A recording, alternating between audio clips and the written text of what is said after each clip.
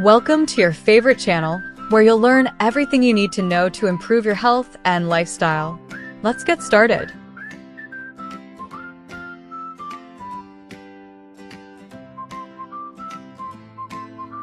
Hey everyone, and welcome. All right, today we're going to dive into a really powerful way to take control of your health right from the inside out. We're talking about the anti-inflammatory diet, and it's all about using food not just as, fuel, but as actual medicine. But first, let me ask you something. Is it possible that the food you're eating right now is secretly fanning a hidden flame inside your body, speeding up the way you age without you even knowing it? Well, the answer, and this is kind of scary, is that for a lot of us, it's a big yes. Okay, so let's dig into what the problem actually is.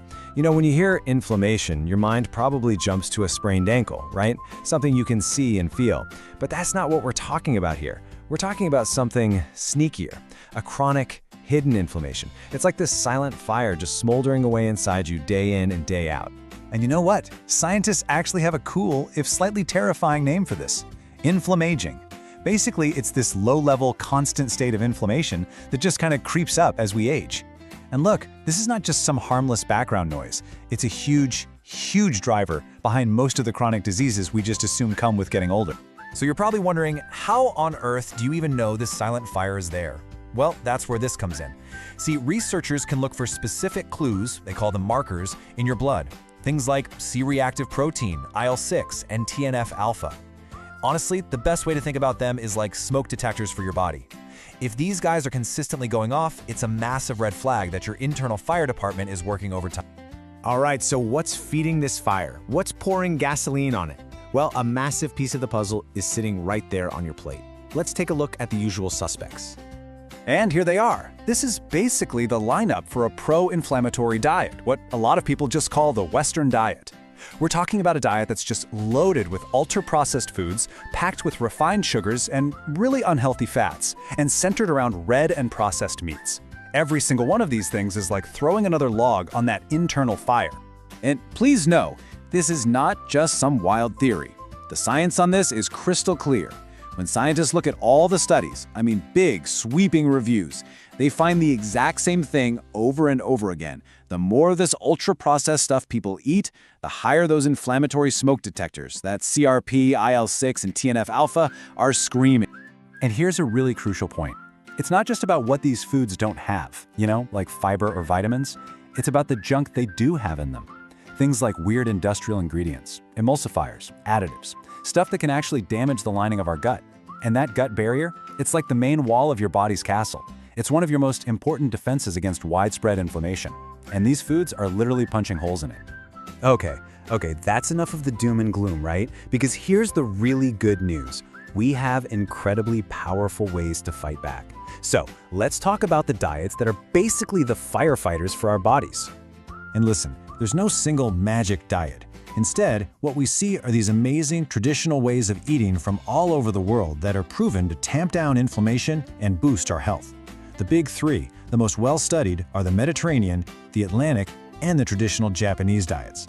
Let's kick things off with the one you've probably heard of, the gold standard, the Mediterranean diet. And its power is really no secret.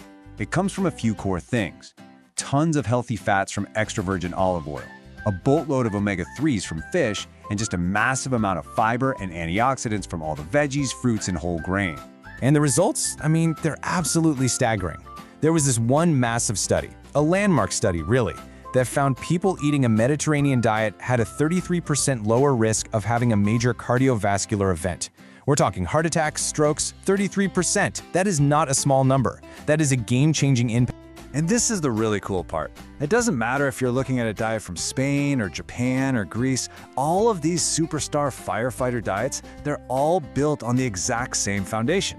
They're heavy on plants, they prioritize fish and seafood, they keep red meat and sugar way down, and they are all about healthy fats from whole food sources.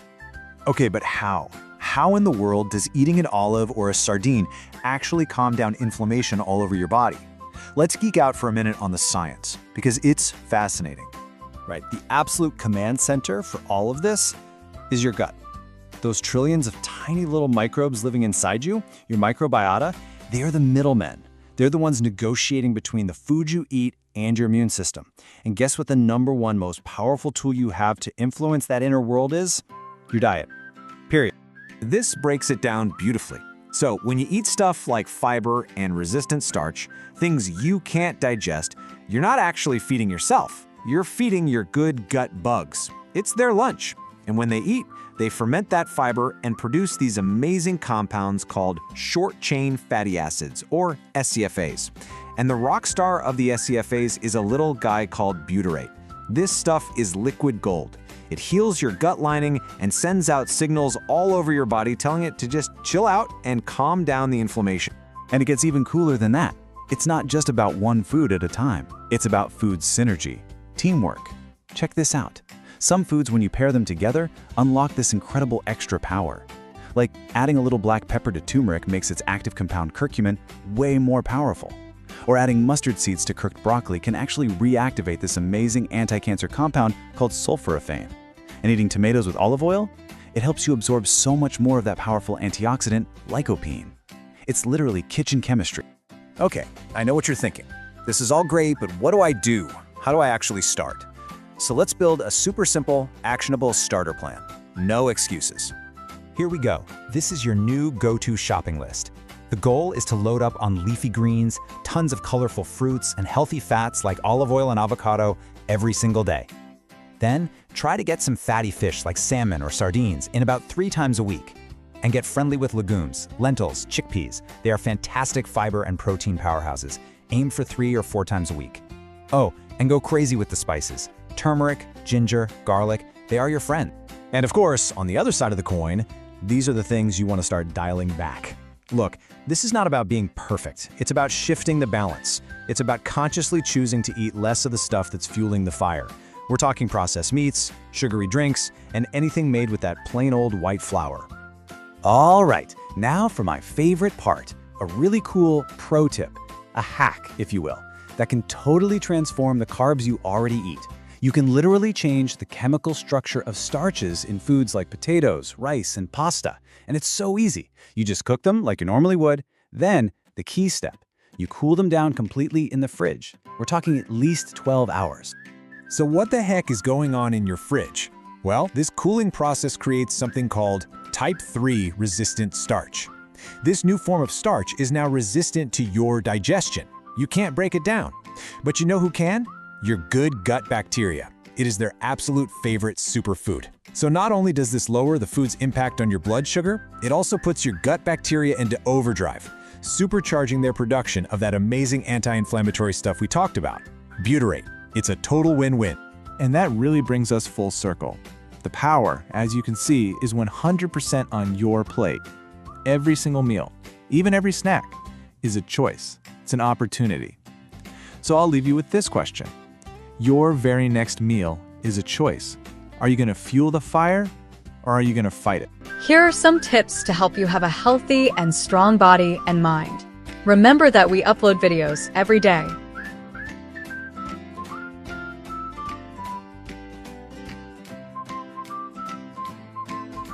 So, what if you could upgrade your own biology? Today, let's dive into the world of biohacking. You've probably heard the term thrown around, and you might be picturing some sci-fi stuff, right? But really, it's less about becoming a cyborg and more about small, smart changes to optimize your health. At its core, it's a hands-on approach, using simple habits and science to help you feel your absolute best. Okay, so where do you even start? Let's get into the foundational stuff that makes the biggest difference. And the single most powerful biohack of them all? You guessed it, optimizing your sleep. It's non-negotiable. In fact, here's a super simple routine you can literally follow tonight to massively improve your sleep. Next up, let's talk about using stress, but in a good way. It's called hormesis. Cold plunging, for example, can trigger a 200 to 300% spike in norepinephrine. Huge for mood. Okay, now for fueling your body. Because with biohacking, it's about when you eat, not just what. This can seriously improve your insulin sensitivity and kickstarts a critical process called autophagy. Think of this as your body's own spring cleaning. It clears out all that cellular junk linked to aging. Looking beyond diet, targeted supplements are becoming a huge deal. The focus is shifting to science-backed compounds. We're talking NAD+ precursors for energy, nootropics for your brain, and adaptogens for handling stress. And of course, technology is a massive player here. Wearables let us track our biology in real time. From sleep rings to glucose monitors, this data gives you the power to make personalized choices. And looking forward, things are getting even wilder. New tech is making health monitoring seamless. For instance, this mirror can check your blood pressure just by looking at your face. No cuff needed. Okay, but this is really important. Not all biohacks are created equal, and some carry real risks. Simple lifestyle changes are super low risk, but that experimental DIY stuff, that's extremely high risk. And remember, cold exposure can be dangerous if you have heart issues. Safety always comes first. Ultimately, biohacking is about taking control and using these tools to build a healthier, more resilient you. So, with all that in mind, what's the first small change you're gonna make? If you found this video helpful, please subscribe and help me reach my goal of 1,000 subscribers so I can bring you better content. See you tomorrow with a new video.